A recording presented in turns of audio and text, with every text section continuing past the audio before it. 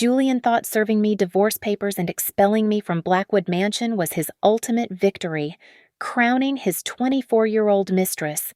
But he did not know that the $50 million estate was just a hollow shell sitting on land owned by a trust he had despised for 5 years. When he threw a lavish party to solicit investment on that very soil, I appeared to reclaim every inch beneath his feet. My name is Elena Vance, and at 32 years old, I had become a ghost in the life of the man I built.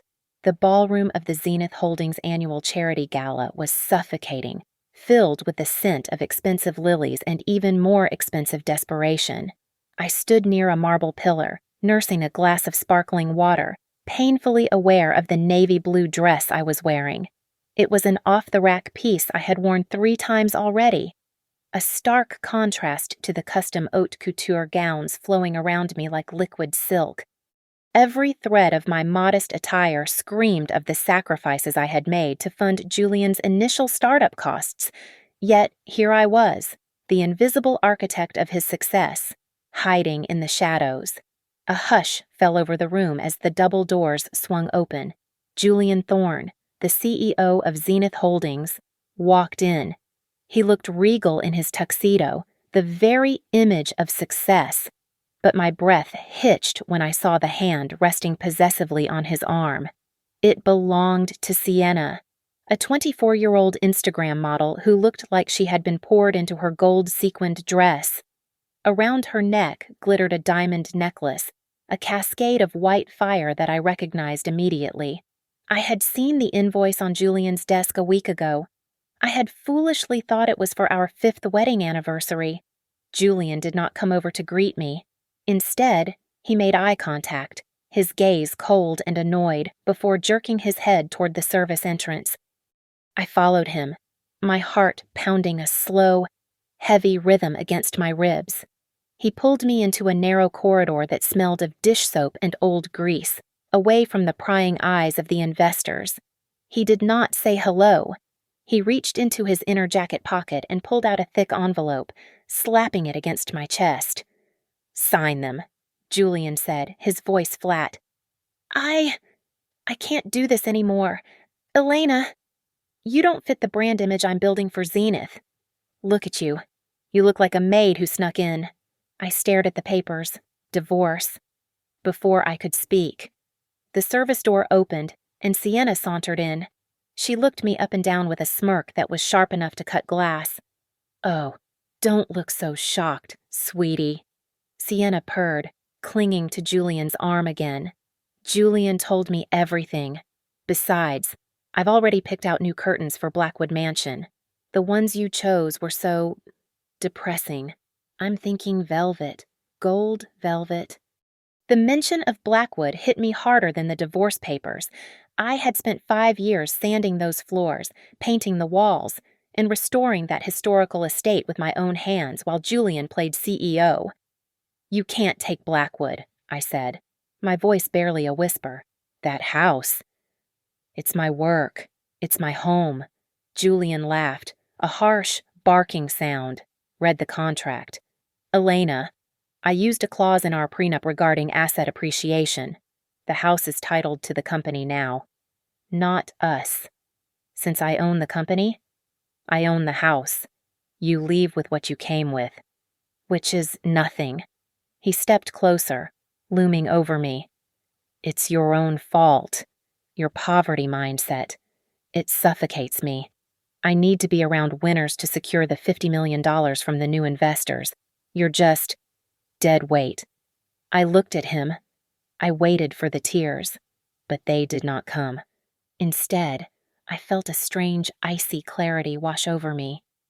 The man I loved had died a long time ago. This was just a stranger in a nice suit. I looked at the manila envelope, then at the dirty metal lid of a large trash can next to us. I took a pen from my purse. I did not argue. I did not scream. I placed the papers on the trash can lid, the cold metal biting into my hand, and signed my name with a steady stroke. Julian blinked, clearly taken aback by my lack of begging. Well, good. At least you're being sensible for once. I handed the papers back to him. I'm done. Julian. I turned and walked out the back door, leaving the warmth of the gala behind. The Seattle rain was falling in sheets, instantly soaking my dress and chilling me to the bone. I walked alone down the dark pavement, the water running down my face like the tears I refused to shed. I turned back once to look at the glowing windows of the venue, where Julian was raising a toast to his own brilliance. Enjoy it while it lasts. I whispered to the rain.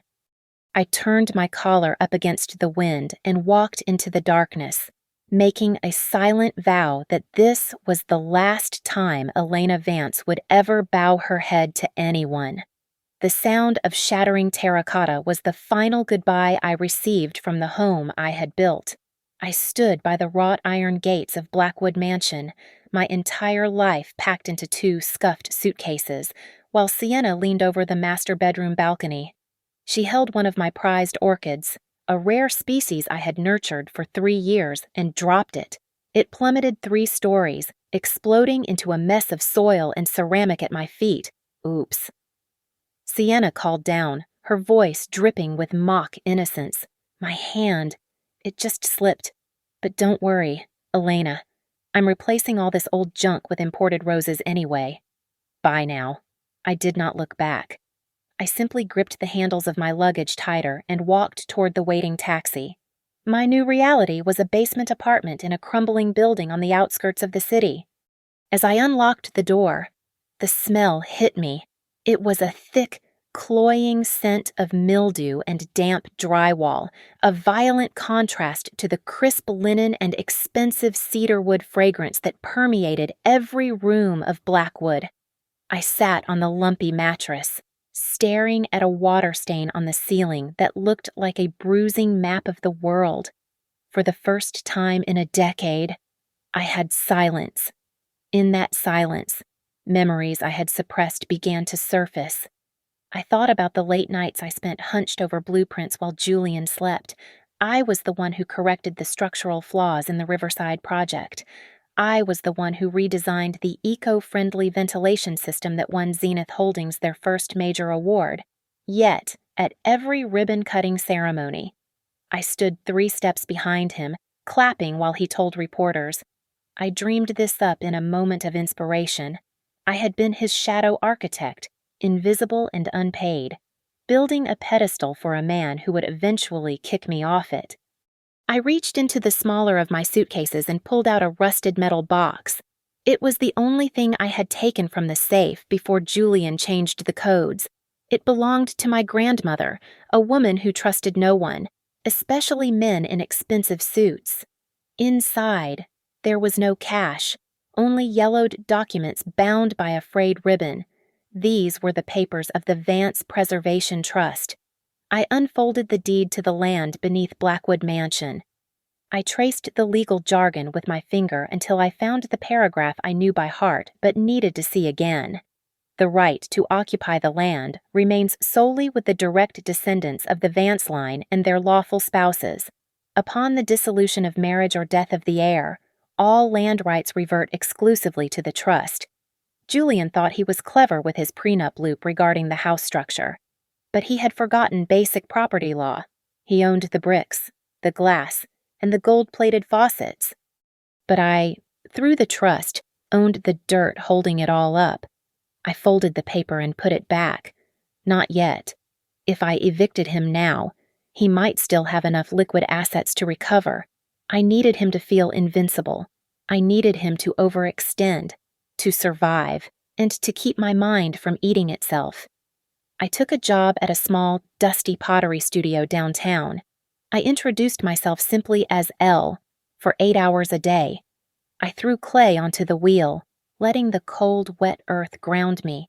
My hands, once manicured for gala appearances, became rough and stained with gray mud. It was the most peace I had felt in years, but the world outside would not let me disappear completely. One afternoon, while taking a break, I saw Julian's face on the television mounted in the corner of the coffee shop. He was giving an interview about his upcoming initial public offering. "Success requires shedding dead weight," Julian said to the interviewer, his smile practicing a rehearsed sympathy. my ex-wife. She was a lovely woman, but she lacked vision. She was content with mediocrity. Frankly, supporting her lifestyle was a drain on the company's potential. Now that I am free, Zenith is ready to soar. The barista shook her head. What a jerk! I bet she scrubbed his floors. I took a sip of my black coffee and said nothing. Inside, a fire was kindling, not of rage, but of cold determination. I understood now that silence was not weakness. Silence was the loudest thunder before the storm hits. I pulled out my burner phone and dialed a number I had not called in years. It rang 4 times before a gravelly voice answered. "Hello, Silas," I said, my voice steady. "It is Elena. He has done it. He is publicly claiming full ownership of the estate for the IPO." There was a pause, and then the sound of a lighter clicking on the other end. "I have been waiting for this call." "Elena," the old lawyer said, his tone grim but satisfied. "Shall we begin the eviction protocols?" "Not yet," I replied, watching Julian's confident smile on the screen. "Let him build the pool first. I want his debt to be as deep as his ego. If money could buy class, Julian and Sienna would still be destitute." From my small apartment window, I could not see Blackwood Mansion, but the gossip columns and social media feeds painted a vivid, nauseating picture of its desecration. They did not just renovate, they butchered. The century-old English rose garden, a botanical masterpiece my grandmother had tended with her own hands, was bulldozed in a single afternoon. In its place, they were constructing an infinity pool lined with tiles dusted in 24-karat gold. Sienna documented every moment of the destruction on her Instagram stories, captioning a video of a bulldozer crushing a bed of white lilies with "Out with the old, in with the gold, new beginnings, boss babe." She was treating the corporate credit card of Zenith Holdings like a bottomless wishing well. I saw photos of her stumbling out of clubs in Paris and Milan, draped in furs and limited edition silk. All while the company's stock value wobbled dangerously. Julian, desperate to maintain the illusion of a power couple, turned a blind eye. He was too busy courting Orion Capital, a venture capital firm known for saving sinking ships, provided the captain was willing to sell his soul. I learned through the grapevine that Julian was begging Orion for $50 million to plug the holes in his sinking accounts. To secure it, he had to offer collateral. He is valuing the mansion at $30 million. Silas told me over the phone one evening, his voice dry with disbelief. He told the investors the estate is unencumbered and fully liquid. He is lying through his teeth. The actual market value is barely $10 million, and he doesn't even legally own the land to leverage it. "Let him lie," I said, shaping a piece of wet clay on my spinning wheel. The higher he builds the tower of lies, the harder it falls when I pull the foundation out. While Julian shouted his success from the rooftops, I found a quiet, unexpected fame in the shadows. I had started selling my ceramics and interior design sketches online under the pseudonym Architect of Ash. My work was raw, minimalist, and brutal, everything that Zenith Holdings was not. It was stripped of pretense, and people were hungry for it. Ironically, my biggest sale came from a man named Marcus, a senior partner at Orion Capital. He bought a large, fractured vase I had titled The Divorce. "It feels honest," he had written in a private message to my shop. Unlike everything else in this city lately, I did not tell him that the man he was about to do business with was the inspiration for that fracture. Meanwhile, the rot inside Zenith Holdings was spreading. Sienna, in a fit of insecurity, began purging the staff. She fired Mrs. Gable, the head of HR who had been with the company for 15 years, simply because Mrs. Gable refused to fetch Sienna's dry cleaning. She said I wasn't respectful enough, Mrs. Gable told me, choking back tears over coffee. She replaced me with her yoga instructor's cousin. "Elena, the projects are 3 months behind schedule. The engineers are quitting." But Julian doesn't care. He is obsessed with this wedding. And then it arrived. I came home from the pottery studio on a Tuesday to find a heavy cream-colored envelope jammed into my rusty mailbox. It was embossed with gold leaf, so thick it felt like a weapon. Inside was an invitation to the wedding of the century, to be held at the newly renovated Blackwood estate. The date was set for 2 weeks from now. But it was the handwritten note on the back, in Sienna's loopy, childish handwriting, that made my blood run cold and then immediately boil with resolve. Dear Elena, hope you can come watch us make this house a real home. We reserved a seat for you at the back, near the kitchen. Felt appropriate. XOXO. Sienna. I stared at the card. A normal woman might have torn it up. A weaker woman might have cried. I did neither. I pinned the invitation to the corkboard above my desk, right next to the deed from the Vance Preservation Trust. I picked up my phone and texted Silas. They set the date. I wrote. Silas replied a moment later. Shall we prepare the eviction notice? Yes, I whispered to the empty room, tracing the gold letters of Julian's name on the invite. Prepare everything. I'm not just going to attend this wedding. Silas, I'm going to be the objection. I looked at the invitation one last time and smiled. It was not a smile of joy. It was the baring of teeth. You want a show? Sienna, I said aloud to the silence. I'll give you a finale you will never forget. The phone call from Silas came at 3 a.m, shattering the silence of my basement apartment. His voice, usually calm and measured, was vibrating with a mixture of disbelief and urgency. Elena, he has done something. Reckless beyond measure, Silas said, the rustle of papers audible in the background. I just received a notification from my contact at the county clerk's office. Julian has taken out a second mortgage on Blackwood Mansion, but not from a reputable bank. He went to a private lending firm, a shadow bank known for predatory interest rates and violent collections. He borrowed $2 million in cash, presumably to fund this wedding and cover his immediate payroll. I sat up in bed, the cold floor beneath my feet grounding me. He mortgaged the house, Silas. Does he not realize what that triggers? He thinks he owns it. Elena. But under the Vance Preservation Trust bylaws, Clause 4, Section B explicitly states that the land cannot be subjected to commercial risk or high-interest leverage. By signing that mortgage, he has not only committed fraud against the lender by claiming full ownership, but he has also formally violated the terms of occupancy. This is it. We don't just have grounds for eviction. We have grounds for criminal prosecution. A dark satisfaction curled in my chest.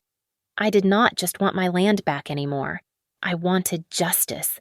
I wanted the man who called me a financial burden to feel the crushing weight of real debt.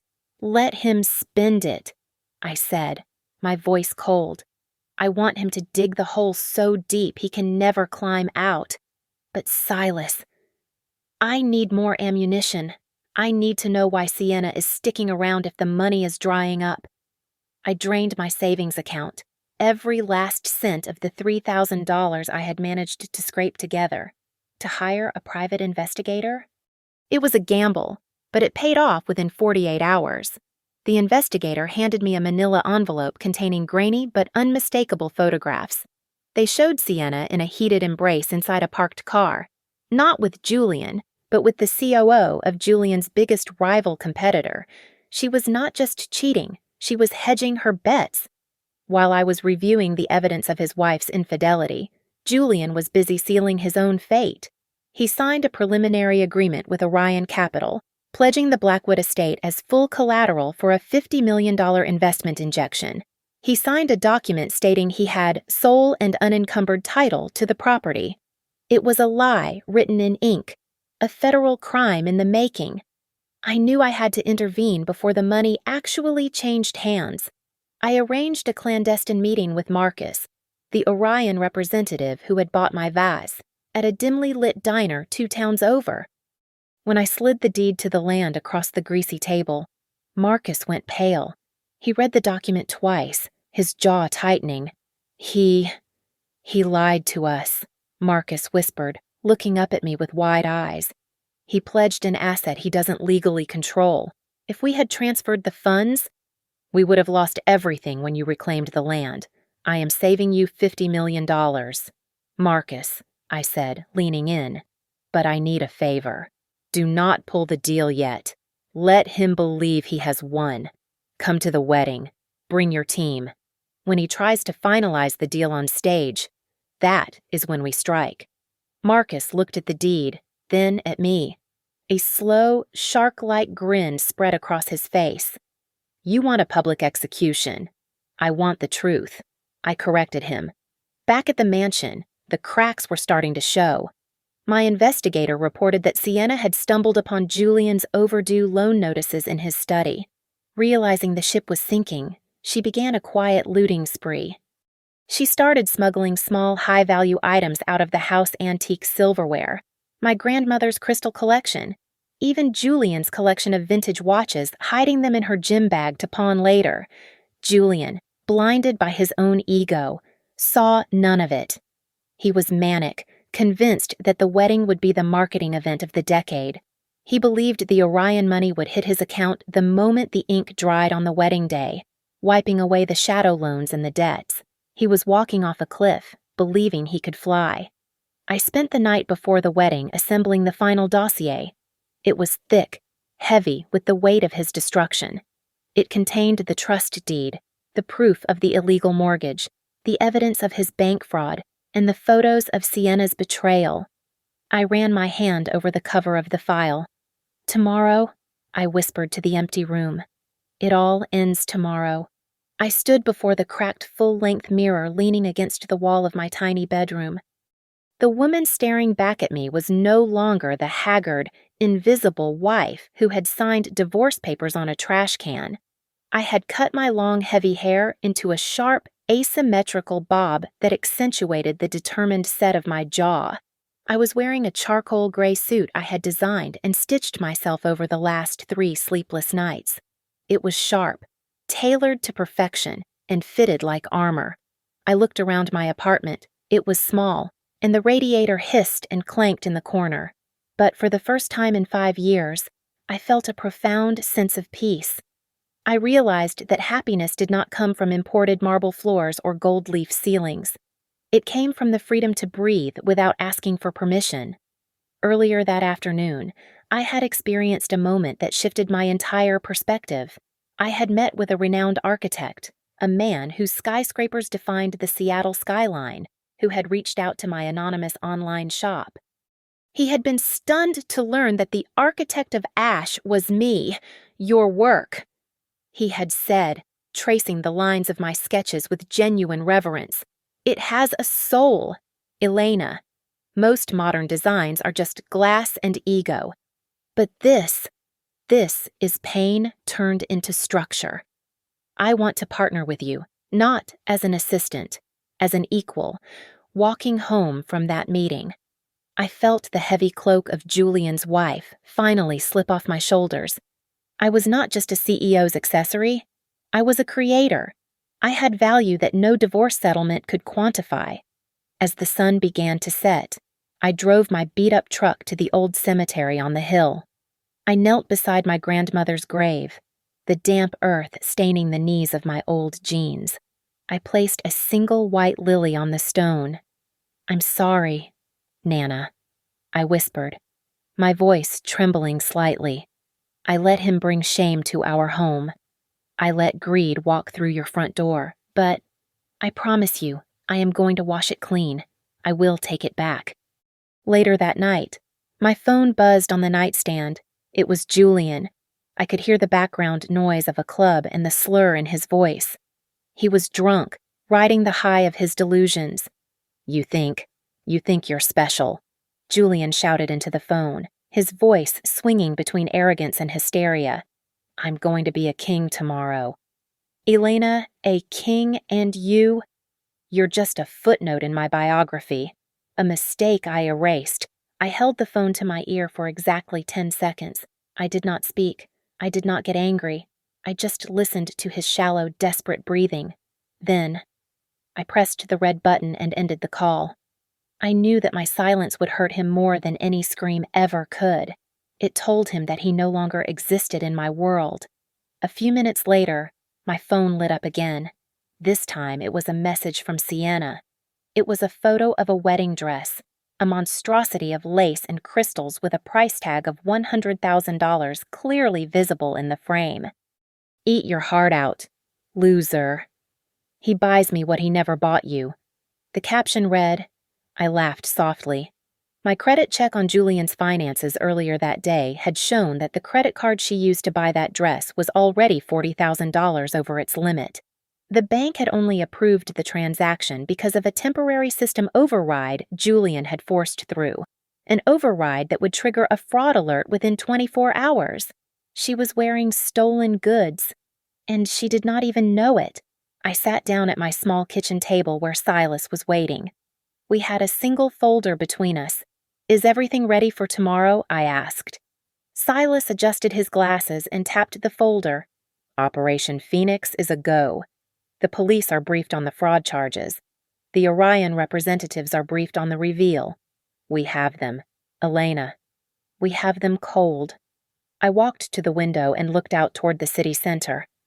In the distance, the Zenith Holdings Tower stood tall, its logo glowing neon blue against the dark sky. To anyone else, it looked like a beacon of power, but to me, it looked like a candle burning its last inch of wax. Let it burn, I whispered. It is time to rise from the ashes. The morning of the wedding dawned with a deceptive brilliance. The sky over Seattle was a piercing, cloudless blue, the kind of perfect weather that rich people paid for. Blackwood Mansion, or what was left of its original dignity, had been transformed into a carnival of excess. White silk draped every surface, and the scent of thousands of imported roses was so thick it was almost nauseating. It was not a wedding, it was a desperate masquerade. From my vantage point in the tinted SUV parked down the road, I watched the guests arrive. They were the cream of the crop tech moguls, A-list celebrities, and the sharks of the financial world. They stepped out of limousines, oblivious to the fact that they were walking onto a battlefield. Inside the gates, Julian stood at the head of the makeshift altar, looking every bit the king of his domain. But through the zoom lens of the camera Silas was holding, I could see the truth. Julian was sweating profusely. His smile was tight, a rictus of terror. He knew that tomorrow morning, the massive short-term loans he had taken from the shadow lenders would come due. If he did not sign the deal with Orion Capital today, he was a dead man walking. Sienna stood nearby, encased in the stolen lace of her gown. She looked beautiful, but her eyes were darting around the perimeter like a trapped animal. Every few seconds, she checked her phone, tapping out furious messages to her backup plan, keeping her options open in case the ship went down. It is time. Elena, Silas said from the driver's seat. Beside him sat two county marshals, their faces grim and professional. I smoothed the lapels of my suit. Let's go. We drove up to the main gate. Two private security guards, hired specifically by Julian to keep the riffraff out, stepped forward to block the car. They crossed their arms, looking formidable. I stepped out of the car. The gravel crunched under my heels. I'm sorry, ma'am, the lead guard said, sneering slightly at my attire. Mr. Thorne left a specific list. No unauthorized personnel, especially not ex-wives.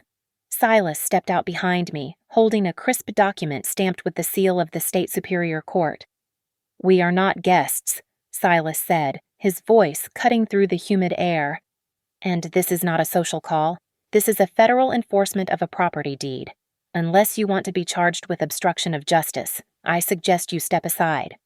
The guard looked at the paper, then at the marshals stepping out of the car behind us. His arrogance evaporated instantly. He stepped back, pressing the button to open the iron gates. I walked through. I did not hurry. I walked with the rhythmic, terrifying cadence of a pendulum. We moved past the fountain filled with champagne, past the string quartet playing Mozart, and straight onto the central lawn. A murmur rippled through the crowd. Heads turned. Drinks were lowered. The chatter died down, replaced by a confused, heavy silence. I could feel their eyes on me, some pitying, some mocking, most just hungry for drama. I kept my chin high, my expression carved from ice. Julian, who was laughing loudly at a joke made by a banker, finally noticed the shift in the atmosphere. He turned around. When he saw me standing at the edge of the red carpet, flanked by Silas and the law enforcement officers, his face went through a complex spasm of emotions: shock, then fear, and finally, a settling mask of sneering superiority. He thought I was there to beg. He thought I was the bitter ex-wife crashing the party because I could not let go. He grabbed the microphone from the stand, the feedback screeching for a second. "Ladies and gentlemen," Julian boomed, his voice amplified across the garden. It seems we have an uninvited guest. My ex-wife has apparently decided to grace us with her presence. Elena. I know it's hard to accept that I've moved on to better things, but this is pathetic.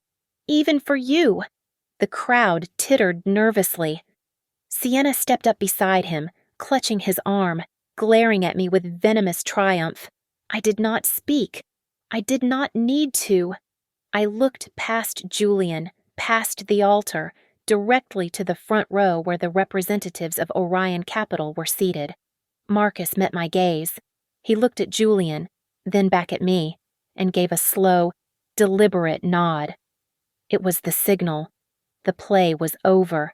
The curtains were about to fall, and the king was about to realize his throne was sitting on a trap door. "Go ahead, Julian," I thought, taking the first step onto the red carpet. "Make your speech. It will be your eulogy." "What the hell do you think you are doing?" Julian bellowed into the microphone, his voice cracking with a mixture of rage and genuine fear. "Security. Get her out of here. This is my private residence and the home of my wife." "Sienna, you are trespassing." I did not flinch. I did not stop. I walked up the makeshift stairs to the stage with a calm, predatory grace. As I passed a frozen waiter, I reached out and plucked a crystal flute of champagne from his tray. The clinking of the glass was the only sound in the garden besides the sharp, rhythmic click-clack of my heels against the wooden platform. I stood next to Julian. He towered over me, his chest heaving, but he looked small. I took a slow sip of the champagne, savored the bubbles, and then leaned toward the microphone he was still clutching. "You are wrong, Julian," I said, my voice projecting clearly across the silent garden, reaching every banker, every reporter, and every socialite. "You own the bricks, the mortar, and the tacky gold-plated fixtures of this house, but I own the earth beneath your feet." Julian blinked, his mouth opening and closing like a fish out of water. "What? What are you talking about?" I nodded to Silas, who was standing by the audiovisual control booth.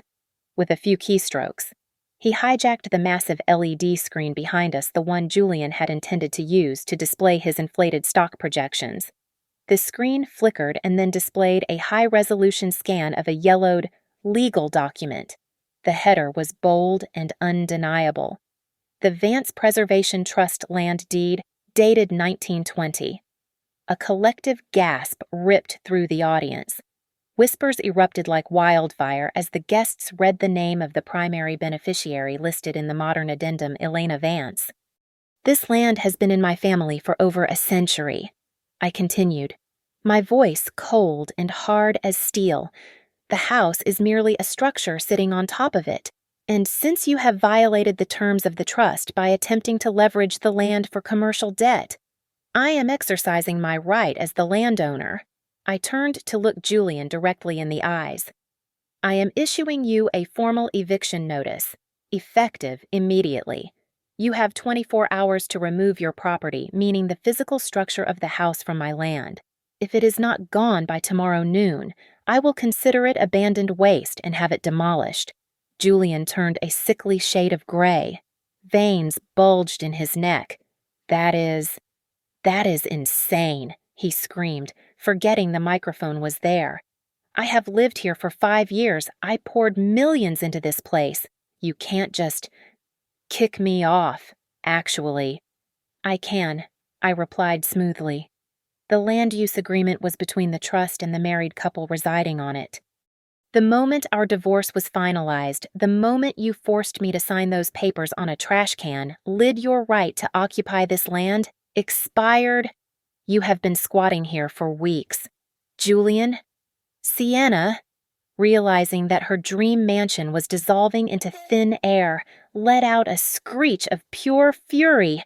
"You jealous witch," Sienna yelled. She hiked up her stolen wedding dress and lunged at me, her hands curled into claws, aiming for my face. She never reached me. My 2 hired security guards stepped forward with practiced efficiency.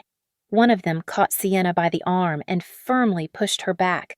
She stumbled, her high heels twisting in the grass, and fell into a heap of expensive lace and humiliation. "Get off me!" Sienna shrieked, flailing on the ground. "Julian, do something. She's ruining everything, Julian." Panic overtaking his arrogance, spun around to face the front row. He locked eyes with Marcus and the other executives from Orion Capital. "Marcus," Julian pleaded, his hands shaking as he reached out. Tell her about our deal. We have a contract. This property is the collateral." Marcus stood up slowly. He adjusted his suit jacket and looked at Julian with an expression of absolute indifference. He did not step forward to help. He simply crossed his arms over his chest. "We don't do business with frauds." "Mr. Thorne," Marcus said, his voice carrying effortlessly in the silence. "And we certainly don't invest in castles built on sand." Julian froze. He looked from Marcus to me, and for the first time, I saw the realization crash down on him. The money was gone. The house was gone. The lie was over. Marcus did not sit back down. Instead, he walked toward the stage, his movements sharp and final. He stood next to me, took the microphone from Julian's trembling hand, and addressed the stunned crowd. "Orion Capital is officially withdrawing our offer of $50 million, Marcus announced, his voice echoing like a judge's gavel. "We do not partner with executives who falsify assets. Due to the dispute over this property and the gross misrepresentation in the financial disclosures provided by Mr. Thorne, the deal is dead." The reaction was instantaneous. A ripple of panic tore through the garden as phones began to light up. Silas, efficient as ever, switched the display on the massive screen behind us from the land deed to a real-time feed of the stock market. The line for Zenith Holdings was plummeting, a steep red cliff dropping vertically. "Sell," someone shouted from the back. "Dump it all now." Julian stared at the screen, his face draining of color until he looked like a wax figure. No. Stop it. It's a glitch. It has to be a glitch, but the financial ruin was only the first wave. From the periphery of the crowd, 3 large men in ill-fitting suits began to push their way toward the stage. They were not investors, and they were certainly not friends. They were the enforcement arm of the shadow lenders Julian had borrowed from. I saw the terror in Julian's eyes as he recognized them. He took a step back, looking for an escape, but he was trapped. Sienna saw the men too. She looked at the plummeting stock, then at the loan sharks, and her survival instinct kicked in with vicious speed. She ripped the massive diamond ring off her finger and hurled it at Julian's face. It struck his cheek, leaving a thin, bloody scratch. "I am done," Sienna screamed, backing away from him as if he were contagious. "And guess what? Julian, I am not your wife. I never signed the official marriage license. I told you I wanted to wait for the right astrological date, but I was just waiting to see if your money was real. Thank God I didn't sign." Julian clutched his cheek, staring at her in betrayal. "Sienna, baby, what are you saying? We're a team." "Team," Sienna scoffed, turning to the cameras that were now flashing blindingly. He is a monster. He forced me to lie. That pregnancy rumor, it was fake. He made me wear padding to gain sympathy from the press. There is no baby. There never was. The crowd gasped. The image of the grieving, expectant father that Julian had cultivated instantly shattered. He stood alone on the stage, stripped of his wife, his company, his home, and his reputation in the span of 5 minutes. His legs gave out, and he collapsed onto the red carpet, a heap of broken ego. He looked up, and his eyes found mine. He did not look at the angry investors or the approaching loan sharks. He crawled toward me, reaching out to grab the hem of my pants, his hands shaking violently. "Elena." He sobbed, tears streaming down his face, mixing with the sweat. "Elena, please, you can't do this. We were family. Look at me. I have nothing. Just give me time. Please, for the sake of what we had." I looked down at him. I felt nothing. No anger. No pity. Just a hollow distance. "You are confused. Julian," I said, my voice low and steady. "The man I loved died 5 years ago, and any respect I had for his ghost died the night you threw divorce papers at me in a restaurant kitchen and called me a burden." I pulled my leg away from his grasp. "You wanted to be a king." I told him. "Enjoy your ruin," before he could beg again. The wail of sirens cut through the air. Police cars screeched into the driveway, blue and red lights flashing against the white floral arrangements. Officers poured into the garden, led by a detective holding a thick file, the evidence of embezzlement and bank fraud that Silas and I had compiled. Julian Thorne, the detective, shouted, "You are under arrest for securities fraud, bank fraud, and grand larceny." The scene descended into absolute chaos. Guests began to flee, overturning chairs and dropping champagne glasses in their haste to disassociate themselves from the disaster. Sienna was already running toward the gate, kicking off her heels to run faster. The loan sharks faded back into the shadows, knowing the police would get to him first. I turned and walked off the stage, leaving Julian kneeling in the wreckage of his own making, sobbing as the handcuffs were clicked onto his wrists. The party was over. The blinding strobe of camera flashes turned the night into a disjointed nightmare for Julian.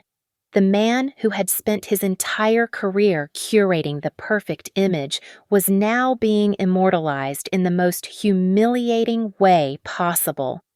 He was shoved into the back of a police cruiser, his tuxedo rumpled and his face a mask of tear-streaked defeat. He tried to shout something about a misunderstanding, about his lawyers, but the heavy door slammed shut, sealing him inside his new reality. "That is the end of the Zenith era," Silas said, stepping up beside me as the siren wailed into the distance. He checked his phone, a grim smile touching his lips. "And it seems the rats tried to flee the ship, but they didn't get far. Airport security just detained Sienna. She was trying to board a flight to Cabo with a carry-on bag full of stolen goods. Apparently, she raided the safe before coming here. Watches, loose diamonds, even your grandmother's brooch. She is in federal custody now." I nodded, feeling a knot in my chest loosen. "Let the law handle her. I have work to do here." The guests had scattered like cockroaches exposed to light, leaving the garden eerily quiet. I walked over to the construction foreman I had hired, who had been waiting in a van down the street since noon. He and his crew looked at the gaudy gold-lined infinity pool and the tacky statues Julian had erected. "Ma'am," the foreman asked, tipping his hard hat. "You want us to wait until morning?" "No," I said firmly. "Tear it down. Tonight. I want every piece of that monstrosity gone before the sun comes up." As the first sledgehammer struck the gold tiles, shattering Julian's vanity project into dust, I turned to the small group of people lingering by the gate. It was Mrs. Gable and a dozen other former employees of Zenith Holdings, the ones Sienna had fired or who had quit in disgust. They looked uncertain, afraid that my wrath would extend to them. I walked over to them, extending my hand to Mrs. Gable, Elena, Mrs. Gable started, her voice shaking. We didn't know how to stop him. I'm so sorry. You have nothing to apologize for, I told her warmly. In fact, I am going to need a strong team. My new design firm has just secured a partnership with a major architectural lead. I need an HR director who values people, not just profits. Are you interested, Mrs. Gable burst into tears and hugged me. Yes. Oh, thank you. Elena, I left them celebrating quietly and walked back toward the terrace. Silas handed me a glass of vintage red wine, the deep crimson liquid swirling in the glass. To the Vances, he toasted softly. The land is safe.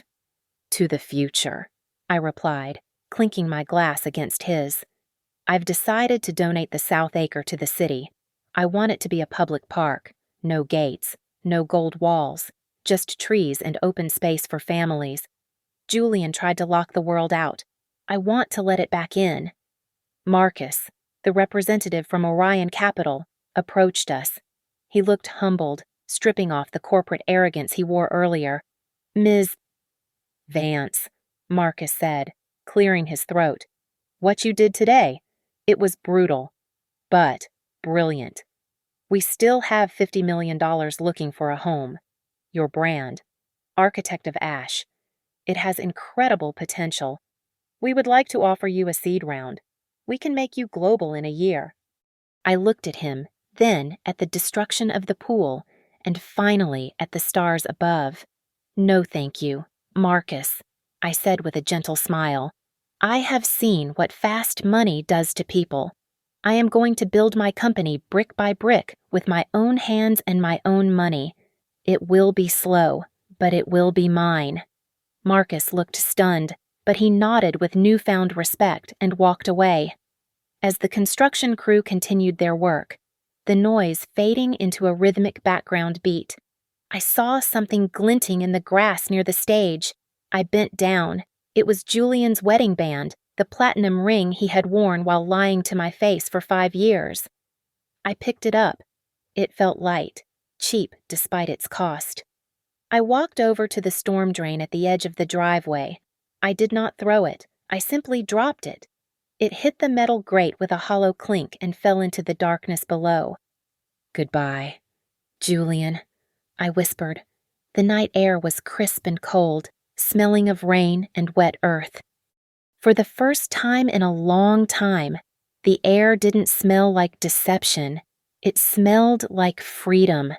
The storm had passed, and the silence it left behind was beautiful. 6 months had passed since the night the gold tiles were shattered, and the world looked very different from where I sat.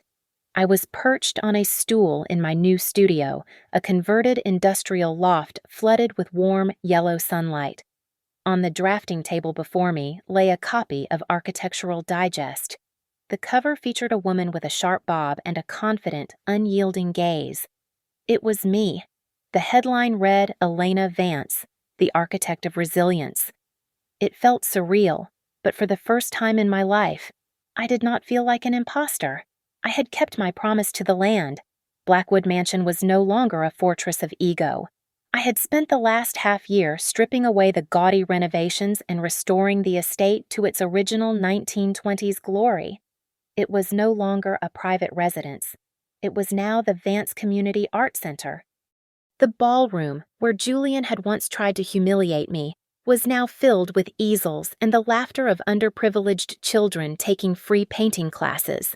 The garden was open to the public, a sanctuary of green where families picnicked on the very grass I had fought to reclaim. Justice had been slow, but thorough. Yesterday, a letter arrived from the county detention center. The envelope was stamped with the inmate number of Julian Thorne. He was still awaiting trial, facing 20 years for multiple counts of fraud and grand larceny. His assets had been seized, leaving him with nothing but a cot and a metal toilet. I knew what the letter contained. It would be a mix of begging and blaming.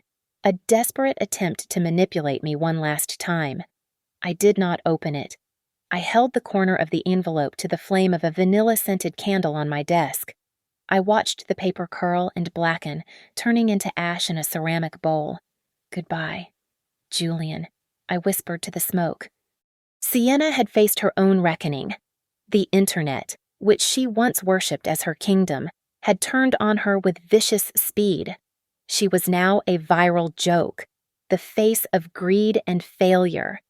To pay off her mounting legal fees, she was working at a discount nail salon in a strip mall 3 towns over. A friend told me she had to scrub feet for minimum wage, a far cry from the life of leisure she had tried to steal. The phone rang, snapping me out of my thoughts. It was the new owner of the building that used to house Zenith Holdings, Ms. Vance, the owner said enthusiastically. We are ready for you. We want you to redesign the executive suite. We want to erase the old energy completely. 2 days later, I stood on the top floor of that skyscraper. I stood in the exact spot where Julian used to look down on the city, where he used to tell me I was small and insignificant.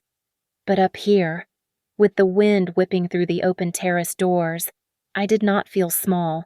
I felt infinite. I realized then that the greatest revenge was not making someone else suffer. It was refusing to let their darkness dim your light. The most brutal retaliation against those who belittled me was simply living a life so vibrant, so full of purpose, that they could never touch it again. Later that evening, I met Marcus for dinner. He was no longer just the Orion Capital representative. He was the man who had bought my first broken vase and seen the truth in it. We sat at a small table, sharing a meal not as a business transaction, but as equals. You look different tonight. Elena, Marcus said, reaching across the table to gently touch my hand. You look at peace. I replied, a genuine smile spreading across my face.